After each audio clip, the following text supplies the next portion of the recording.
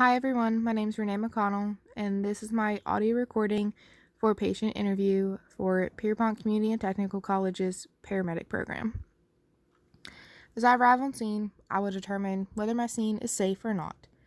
I will apply my gloves and my protective eyewear. At this time, I have not determined my mechanism of injury due to being toned for stroke-like symptoms. I have determined that I have one patient. I have also determined that I don't need any additional resources at this time, and that I do not need to stabilize my patient's spine. As I approach my patient, I will notice their surroundings. Is the environment clean? Is my patient clean? Is there any signs of neglect or abuse? As I approach my patient, I will smile. I will also introduce myself. Hi, my name is Renee, and I'm a paramedic with Pierpont EMS. I will shake the patient's hand. While shaking the patient's hand, I would determine the patient's pulse and be able to determine rate and regularity. While also touching the patient, I'm able to determine the patient's skin temperature and moisture. I will ask the patient what their name is and what's going on today.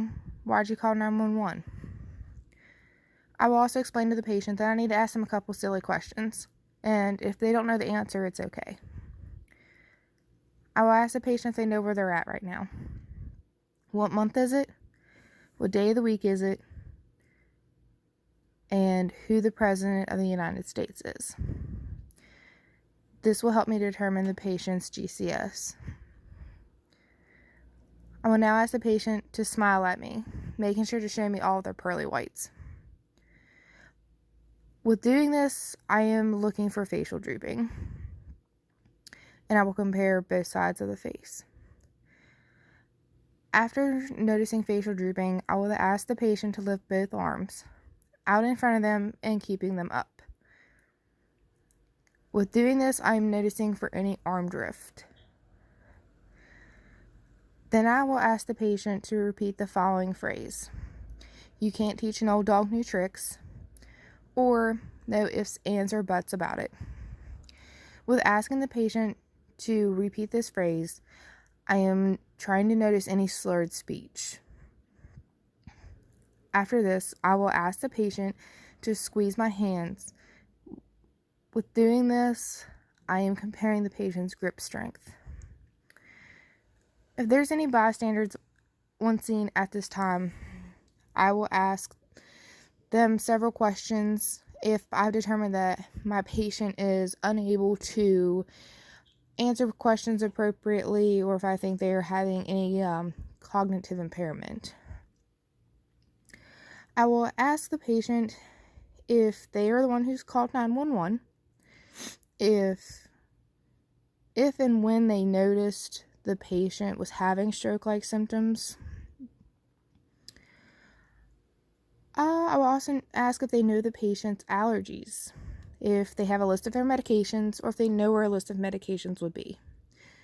Any pertinent medical history, such as prior CVAs, if they know the patient's last oral intake, and if they know the signs or symptoms the patient was experiencing leading up to calling 911.